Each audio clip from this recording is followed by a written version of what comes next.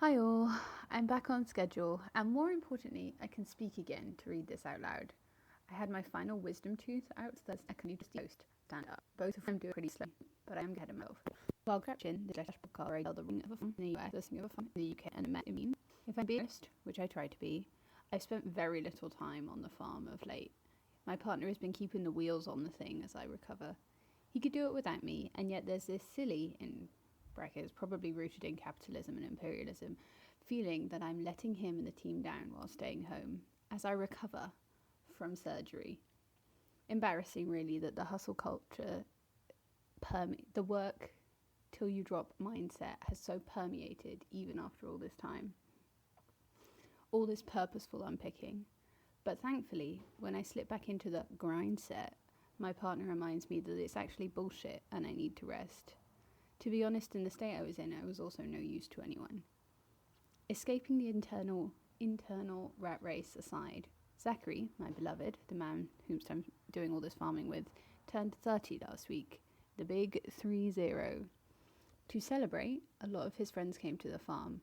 We ate venison burgers, beetroot carpaccio, TikTok courgette, kale Caesar salad, some seared bean thing, and tabbouleh, and all of that was grown or hunted on the land. It felt pretty wonderful to cook with the vegetables that we had laboured over, to meld flavours and marry textures we work with every day, to feed those that we care about with the food that we care about. It also made me want to do more potlucks and to have more opportunities to cook for those around me, to nourish and be nourished. And my gods, to celebrate, like what a man. I love him quite a lot. My Chuchi, which is aunt in Polish, also got a year older this week. Big fan of like all the Virgos in my life. Happy birthday to her. Current farm updates. As my first task since standing up, I accompanied Zach on a delivery this Monday, I think. We dropped off 350 units of aubergine to a local hospital that runs a CSA scheme for over 400 people. The food hub, out of which the CSA is run, also puts on events for the community. They teach people how to store, process, plant and preserve their produce. Over the winter, they also have speakers come in for farmers to teach us, to keep us up to date on health and safety practices. And it's great because it's during our less busy time. So it's a pretty cool operation. To prepare for orders like this, we intentionally planned and planted vast amounts of aubergine. I think it's 12 100-foot beds. So that's about 1,200 plants. We chose those of similar sizes but varying days to maturity to ensure that they have consistent supply throughout the season, and within the similar sizes and shapes there are also various patterns and colours that these aubergine fall into. There's deep black purple, white and violet striped, or lilac on a summer's eve. It's really beautiful to see the variety that this plant has to offer.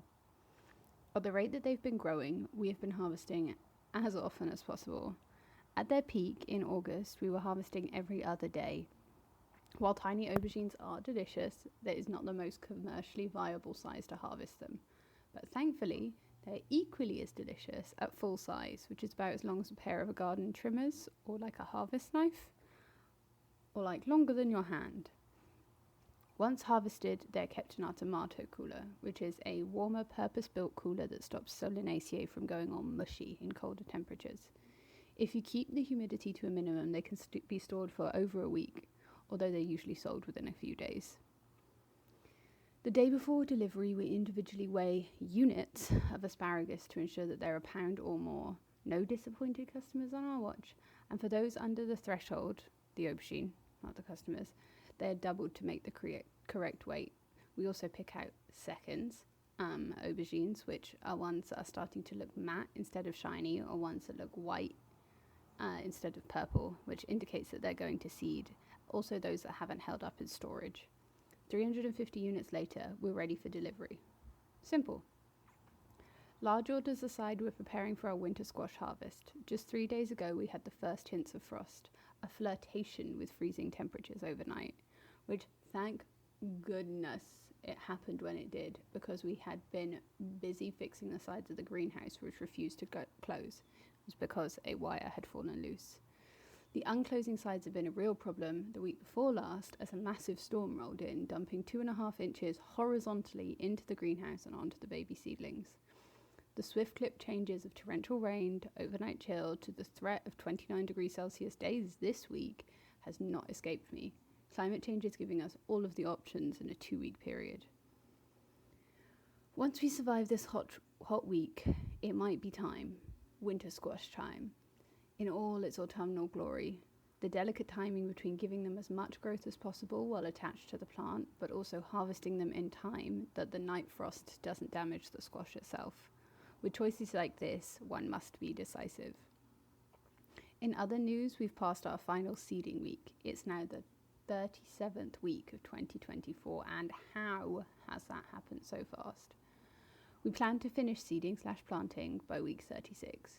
This is mainly so that we can leave with a clear conscience at the end of October, knowing the team does not have to do that much more cleanup or harvest without us. The delicious Hokkaido turnips we seeded last week will be harvested the week we fly to the UK for my cousin's wedding, which at this point is like 6 weeks away. From now on, the only things we plant out are those that are already getting a head start in the greenhouse, and maybe some microgreens as a treat.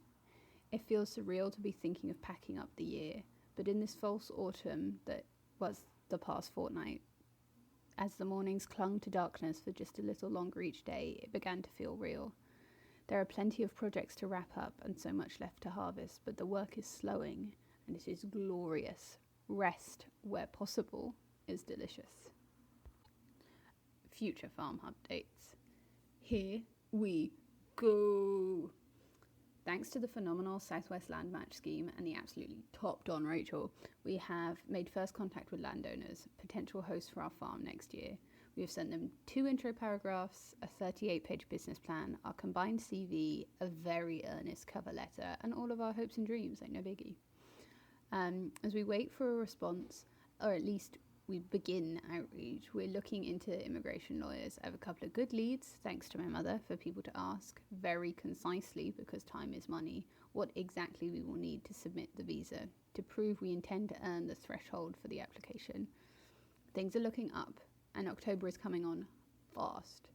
We are not, I may say, putting all of our eggs in one basket though. There are other sites on the Land Match site, and for which we will be adapting the business plan.